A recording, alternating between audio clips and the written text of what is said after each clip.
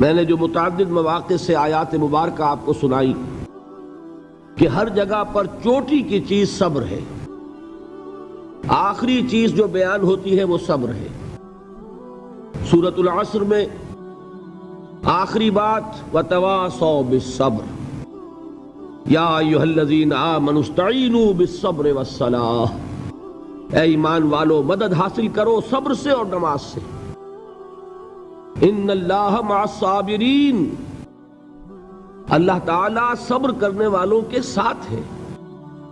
اور پھر آگے چل کر وَبَشِّرِ الصَّابِرِينَ الَّذِينَ إِذَا أَصَابَتْهُمْ مُصِيبَةٌ قَالُوا إِنَّا لِلَّهِ وَإِنَّا إِلَيْهِ رَاجِعُونَ، اے نبی بشارت دیجئے، خوشخبری دیجئے ان صبر کرنے والوں کو کہ جن پر جب بھی کوئی تکلیف یا مصیبت نازل ہوتی ہے تو کہتے ہیں کہ ہم اللہ ہی کے ہیں اور اللہ ہی کی طرف ہمیں لوٹ جانا ہے۔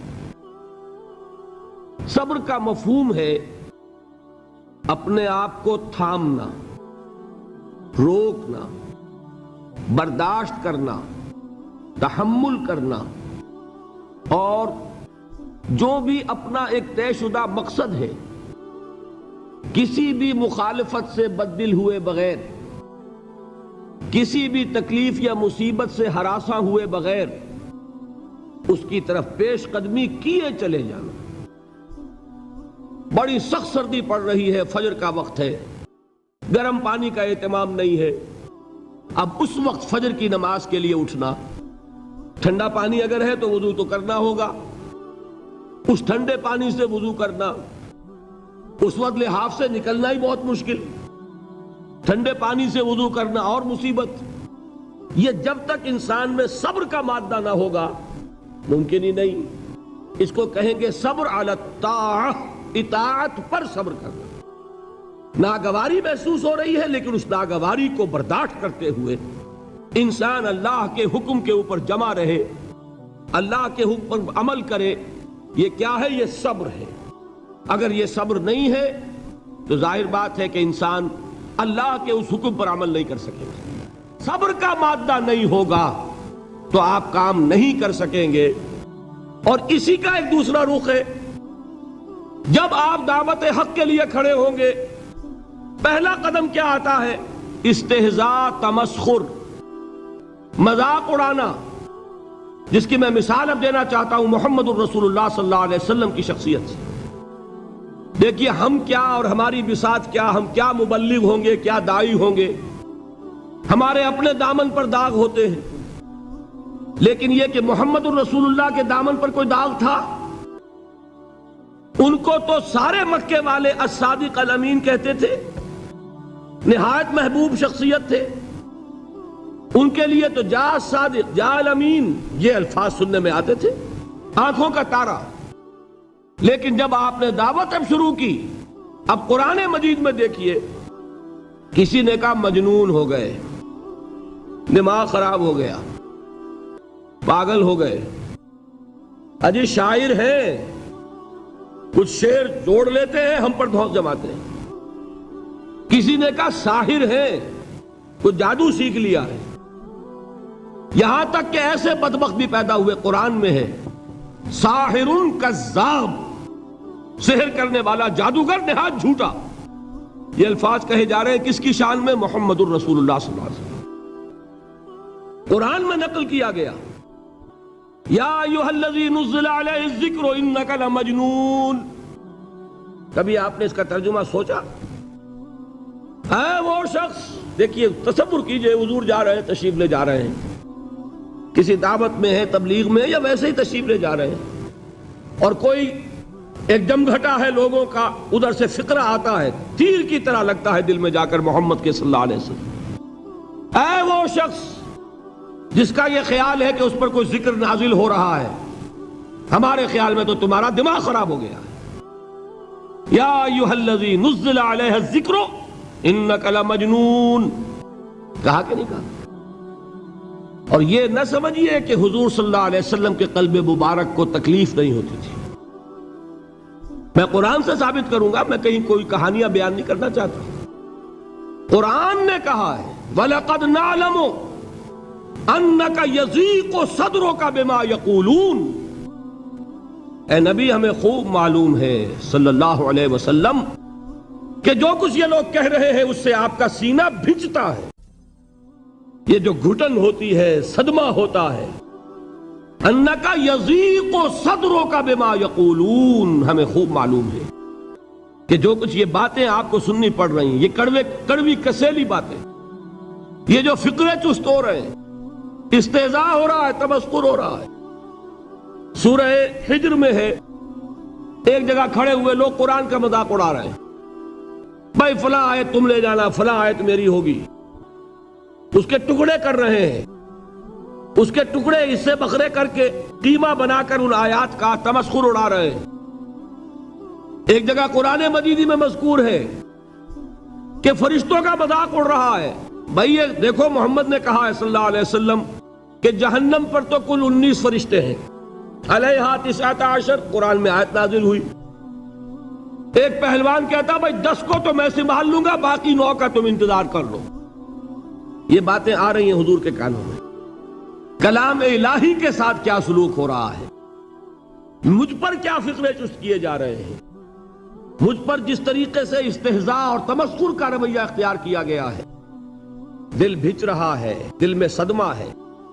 دیکھیے سورہ نون ہے، اور میرے نزدیک یہ دوسری وحی ہے جو حضور پر نازل ہوئی ہے، اس کی ابتدائی آیات، نون والقلم وما یسطرون ما انت بنعمت ربک بمجنون وان لک لاجرا غیر ممنون وانک لعلی خلق عظیم فستبصر ویبصرون بأیکم المفتون ان ربک هو یعلم بمن ضل عن سبیلہ وهو اعلم بالمہتدین۔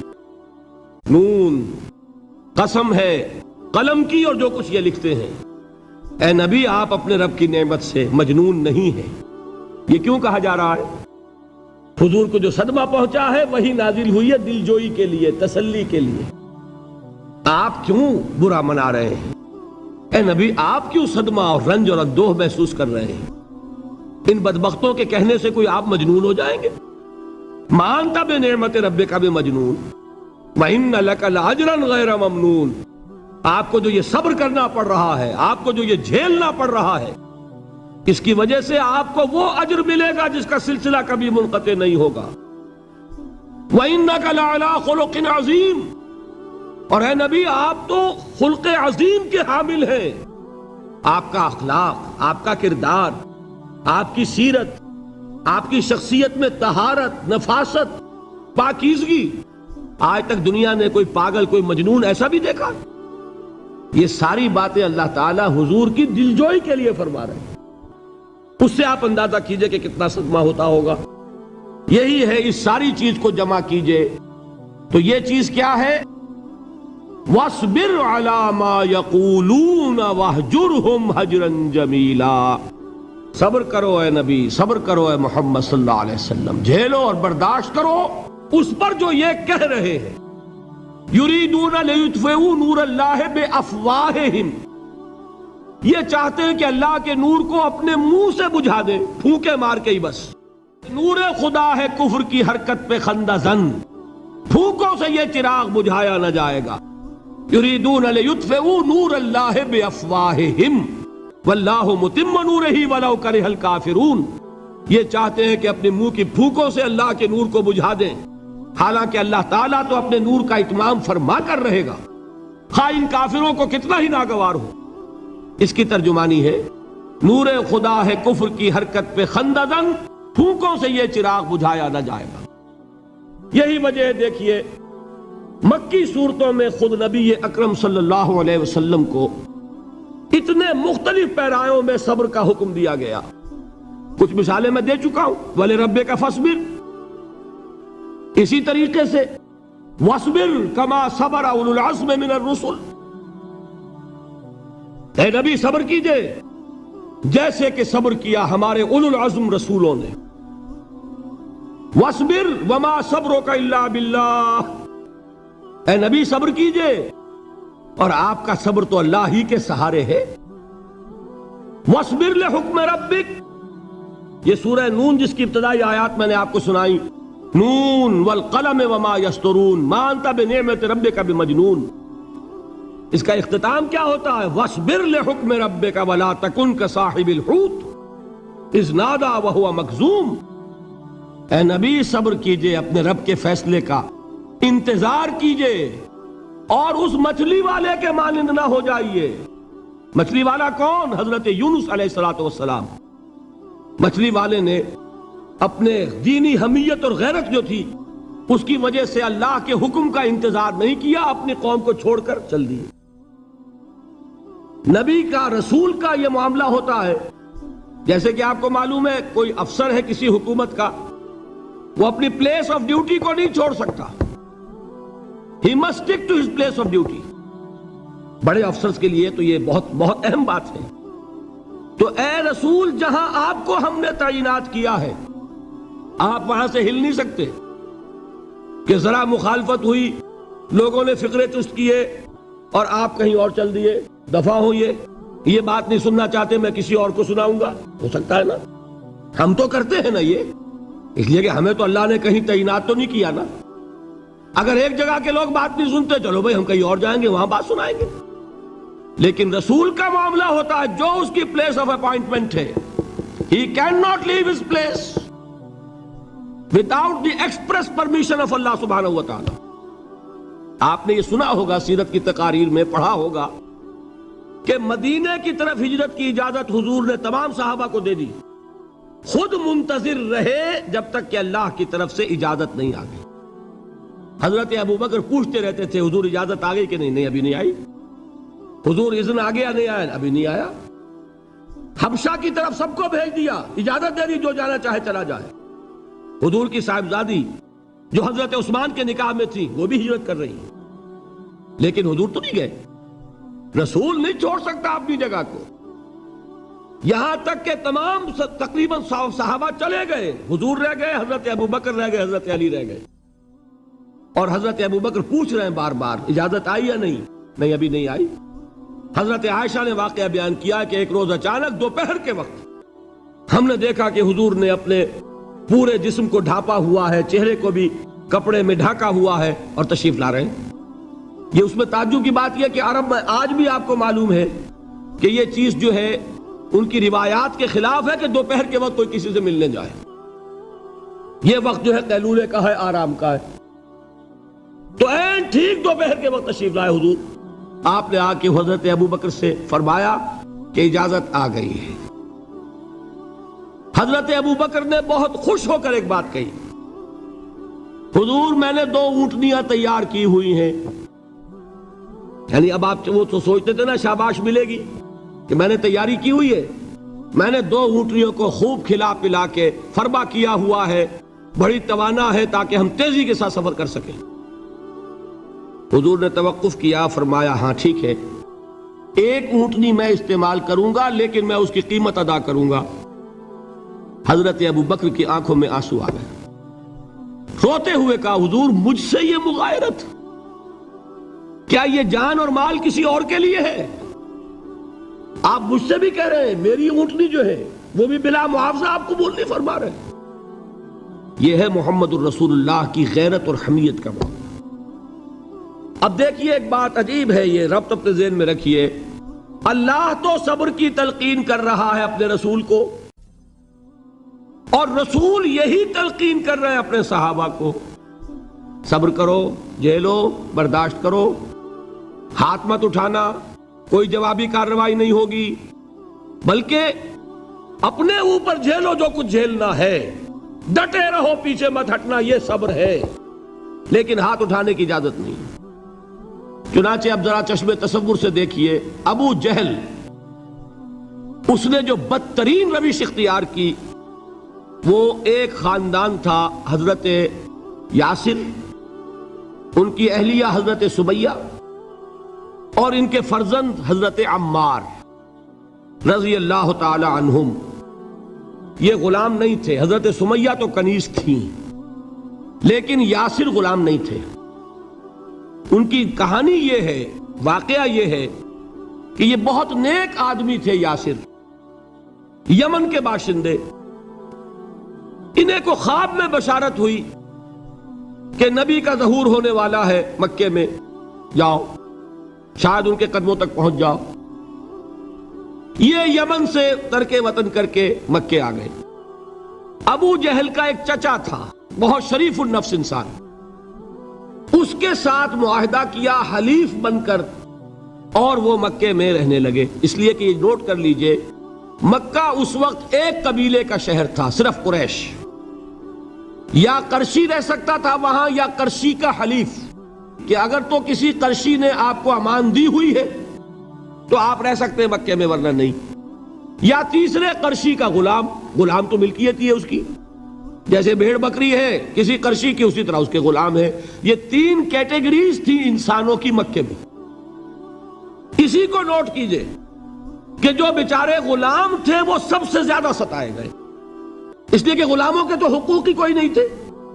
بلال غلام تھے، ابو فقی غلام تھے، زنیرہ ایک کنیز تھی، ان کو جو ماریں پڑی ہیں اس کا آپ کو معلوم ہے۔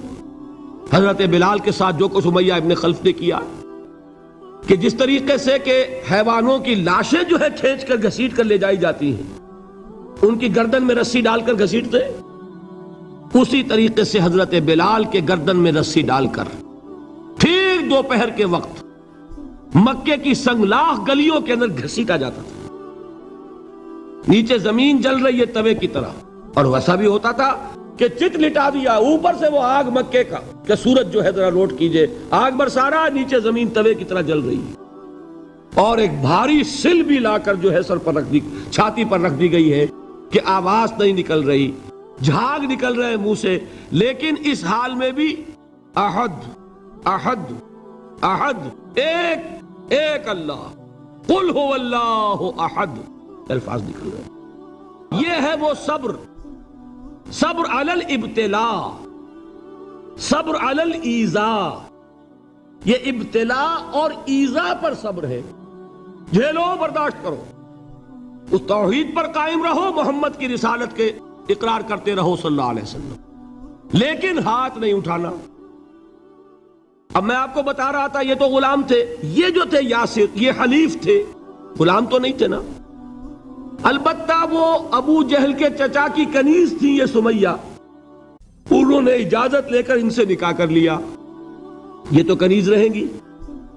بیٹا جو ہوا وہ بھی ایک طرح سے، جب کنیز زیادہ ہے تو غلام ہو گیا، عمار ابن یاسر۔ وہ جو شخص تھا بہت شریف النفس ابو جہل کا چچا، وہ مر گیا، اب ابو جہل جو ہے اس خاندان کا سربراہ ہے، لہذا یہ تینوں جو افراد ہیں وہ اس کے رحم و کرم پر ہیں۔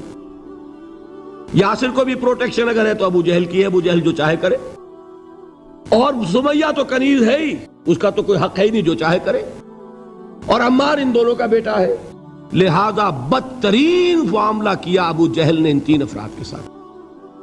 حضرت سمیہ کے ساتھ جو کچھ کیا گیا ہے آپ اس کا تصور نہیں کر سکتے۔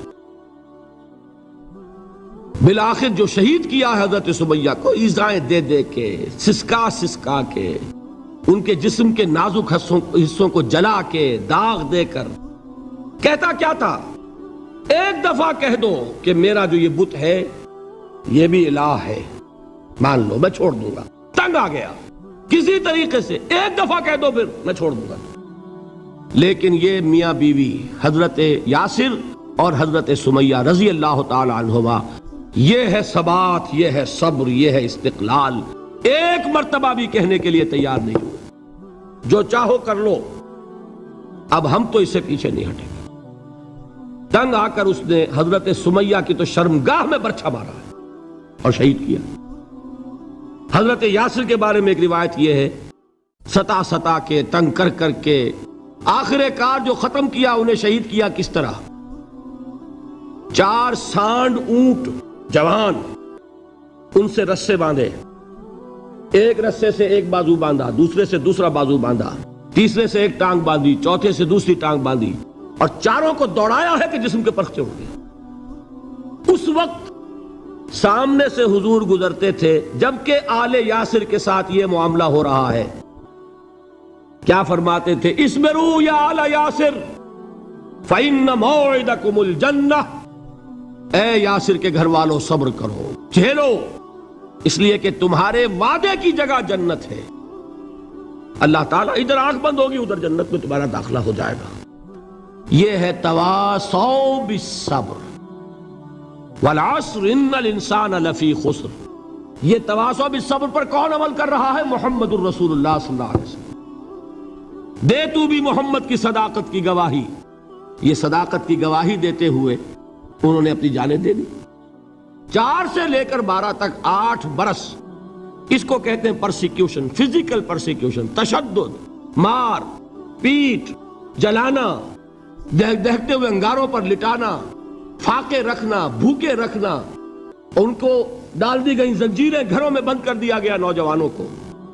حضرت عثمان کو چچا نے ان کے ایک چٹائی کے اندر لپیٹا اور دھونی دے دی. دم گھٹ رہا ہے، جان نکل رہی ہے.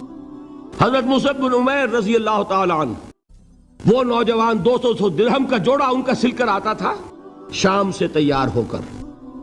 لباس معطر ہوتا تھا، جدھر سے نکل گیا پوری گلی جو ہے وہ معطر ہو گئی. انگلیاں اٹھ رہی ہیں، وہ جا رہا ہے مصعب، یہ خوشبو اس کی ہے. اس مصعب کے ساتھ کیا سلوک کیا؟ باپ تو مر چکا تھا، ماں نے پالا تھا، دولت بہت چھوڑ کر گیا تھا باپ، لہذا ماں نے بڑے ناز و نام میں پالا، بڑے لاڈ پیار میں. 200 درہم کا جوڑا تیار ہو رہا ہے. لیکن یہ کہ آپ کو معلوم ہے عرب کے اس معاشرے میں عورت کی کوئی حیثیت نہیں تھی، ماں کا اختیار نہیں تھا. چچا تھا اب سربراہ خاندان کا. چچا نے کہا مصعب، اگر تم نے اپنے باپ کا دین چھوڑ دیا ہے تو باپ کی دولت پر بھی تمہارا کوئی حق نہیں ہے، نکل جاؤ گھر سے. اس نے یہ سوچا تھا کہ مصعب کے ہوش ٹھکانے آ جائیں گے، دن میں تارے نظر آ جائیں گے، ناز و نام میں پلا ہوا گھر سے نکل کے جائے گا کہاں؟ یہ سارا نشہ جو ہے توحید کا یہ حیران ہو جائے گا. حضرت مصعب کا جواب بالکل برعکس تھا. اچھا ٹھیک ہے چچا جان، میں گھر چھوڑتا ہوں. وہی بات جو کبھی کہی تھی ابراہیم نے. باپ نے کیا کہا تھا؟ واجرنی ملیہ، جاؤ چلے جاؤ، دفع ہو جاؤ میری نگاہوں سے. حضرت ابراہیم نے کیا جواب دیا تھا؟ سلام علیک ساستغفر لک ربی انہ کان بی حفیہ. اچھا ابا جان، آپ کا حکم یہی ہے تو میں چلتا ہوں، آپ پر سلامتی ہو. میرا رب مجھ پر بڑا مہربان ہے، میں اس سے آپ کے لیے استغفار کروں گا. جلدی. یہی جو ہے حضرت ابراہیمی کی نسل ہے نا قریش. آج ابراہیم کے ایک بیٹے کے ساتھ وہی معاملہ ہو رہا ہے مصعب کے ساتھ، اور مصعب چلنے کے لیے تیار ہو گئے. چچا نے سوچا، میں سمجھتا تھا کہ ہوش ٹھکانے آ جائیں گے، یہ تو تیار ہو گیا نکلنے کے لیے. غصے میں آ کے اگلی بات کہی، یہ کپڑے جو پہنے ہوئے تم نے یہ بھی اسی مشرک باپ کی کمائی کے ہیں، اتارو ان کو. وہیں کپڑے اتارے، مادر زاد برہنہ گھر سے نکالے گئے. ماں کے پاس پہنچے، ماں نے آنکھوں پر ہاتھ رکھے. مصعب کیا ہوا؟ ماں سے کہتے ہیں کہ ماں میں موحد ہو گیا. اور وہاں سے گئے، پھر حضور کی خدمت میں کپڑے کہیں سے مانگے ہوں گے. یہ مصعب ہیں 200 درہم کا جوڑا پہننے والے. جب حضور پر مدینے کے 12 افراد ایمان لائے تھے، بیعت عقبہ اولا ہوئی، انہوں نے کہا کہ حضور ہمیں کوئی شخص اپنا ایسا شاگرد دیجئے جو ہمیں قرآن پڑھا سکے. حضور نے حکم دیا مصعب جاؤ، اب مدینے جاؤ، یثرب جاؤ، یثرب والوں کو قرآن پڑھاؤ، انہیں تبلیغ کرو. مصعب گئے ہیں وہاں، 1 سال کی کمائی 75 افراد لا کر حضور کے جھولی میں اگلے سال ڈال دیے کہ حضور یہ میری 1 سال کی کمائی ہے. 72 مرد 3 عورتیں. بہرحال وہ مصعب بن عمیر ہیں جو غزوہ احد میں شہید ہوئے، اور جب شہید ہوئے تو ان کے جسم پر صرف ایک چادر تھی. یہی چیزیں ہیں اصل میں کہ جو ہمارے دلوں کو منور کرنے والی ہیں نور ایمان سے. وہ علم بردار تھے غزوہ احد میں، جھنڈا مسلمانوں کا ان کے پاس تھا. ایک ہاتھ پر ایک شانے پر وار پڑا، ہاتھ کٹ گیا، دوسرے سے تھاما، دوسرے پہ کٹ گیا، اب دونوں حصوں کے بچے ہوئے ٹکڑوں سے جھنڈے کو تھاما، گرنے نہیں دیا، یہاں تک کہ شہید ہو گئے. گرے ہیں تو جھنڈا گرا ہے. شکل میں حضور سے بہت مشابہ تھے. خبر اڑ گئی کہ محمد شہید ہو گئے صلی اللہ علیہ وسلم. یہ مصعب بن عمیر کا واقعہ ہے. جب ان کو اب دفن کرنے کا وقت آیا، اور شہید کے لیے کفن جو ہے اس کا وہی لباس ہوتا ہے جو شہادت کے وقت ہو. حضور کے سامنے ایک پرابلم پیش کیا گیا. حضور، مصعب کے جسم پر تو ایک چادر تھی، اور وہ چادر بھی اتنی چھوٹی ہے، یعنی 2 گز کی چادر بھی نہیں ہے. اس سے اگر سر ڈھانپتے ہیں مصحف کا تو پیر کھل جاتے ہیں، پیر ڈھانپتے ہیں تو سر کھلتا ہے، کیا کریں؟ حضور نے فرمایا سر ڈھانپ دو چادر سے اور پیروں پر گھاس ڈال دو۔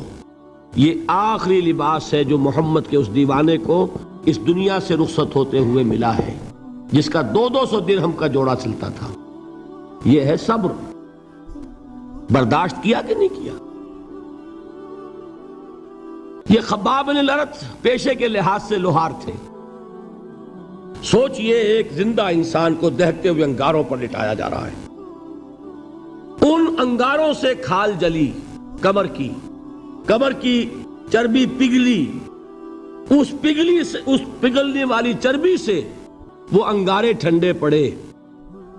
یہ سب کچھ جھیل رہا ایک شخص۔ سوچنے والوں نے سوچا نہیں ہوگا کیا جرم تھا ان کا، تو بڑا شریف آدمی ہے، بہت اچھا کاریگر ہے، وقت پر کام دیتا ہے، مناسب اجرت لیتا ہے، یہ کیا ہوا؟ یہ کوئی جرم نہیں، جرم صرف ایک ہے، ایک اللہ کو مانتا ہے اور محمد کے دامن سے وابستہ ہے صلی اللہ علیہ وسلم۔ فاستعینوا بالصبر والصلاۃ، مدد حاصل کرو کس سے؟ صبر سے اور نماز سے۔ ان اللہ مع الصابرین، جان لو کہ اللہ تعالیٰ صبر کرنے والوں کے ساتھ ہے۔ وَلَا تَقُولُوا لِمَنْ يُقْتَلُ فِي سَبِيلِ اللَّهِ أَمْوَاتٌ، اور ہرگز نہ کہو اسے جو اللہ کی راہ میں قتل ہو جائے کہ وہ مردہ ہے۔ بل احیاء ولکن لا تشعرون، نہیں، وہ زندہ ہے لیکن تمہیں ان کا شعور نہیں ہے۔ اور سنیے اب یہ آیت اہم ترین ہے صبر کے موضوع پر۔ وَلَنَبْلُوَنَّكُمْ بِشَيْءٍ مِّنَ الْخَوْفِ وَالْجُوعِ وَنَقْصٍ مِّنَ الْأَمْوَالِ وَالْأَنفُسِ وَالثَّمَرَاتِ وَبَشِّرِ الصَّابِرِينَ، اور دیکھو ہم تمہیں آزمائیں گے۔ وَلَنَبْلُوَنَّكُمْ، ہم لازماً آزمائیں گے تمہیں، بِشَيْءٍ مِّنَ الْخَوْفِ، خوف کی کیفیت طاری کر کے، والجوع، بھوک، فقر اور فاقہ، ونقص من الاموال، مالی نقصان، والانفس، جانی نقصان، والثمرات، اور ثمرات، پھلوں اور میووں کا نقصان۔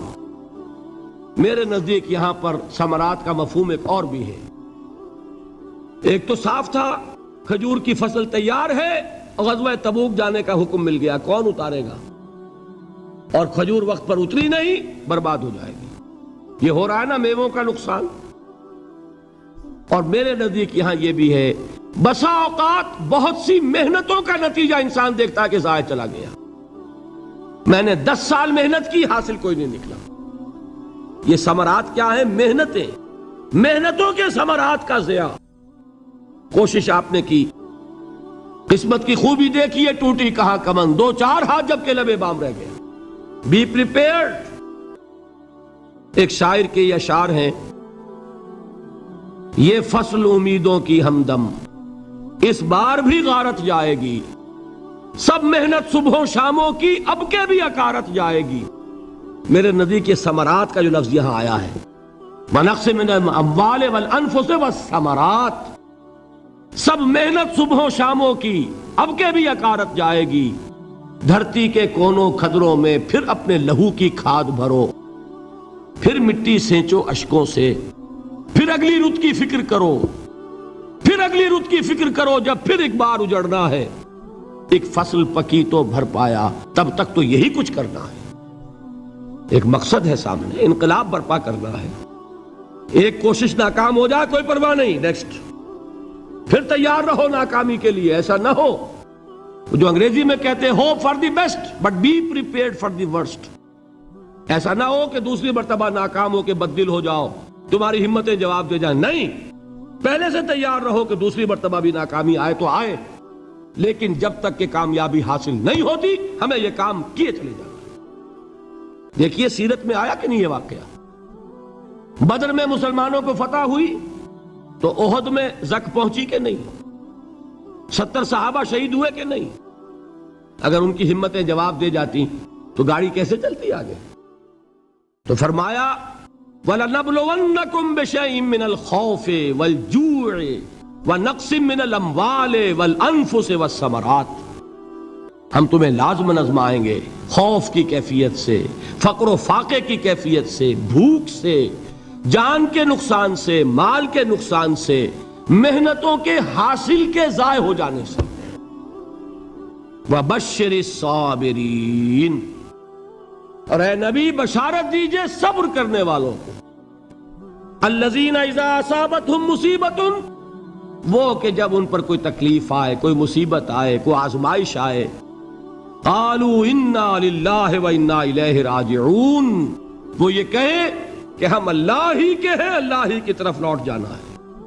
یہ وہی انداز ہے جو میں نے فارسی کا شعر سنایا تھا آپ کو کہ سرے تسلیم خم ہے جو مزاج یار میں آئے۔ وہ ہمارا مولا ہے، ہمارا آقا ہے، اگر اسے یہی منظور ہے تو ہمیں بھی یہی منظور ہے۔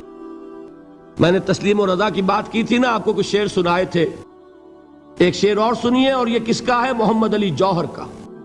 ایک مرتبہ جیل گئے، ان کی ایک بیٹی جوان بیمار ہوئی، فوت ہو گئی، باہر چھوڑا انگریز نے، جاؤ بھائی دفن کر دو بیٹی کو۔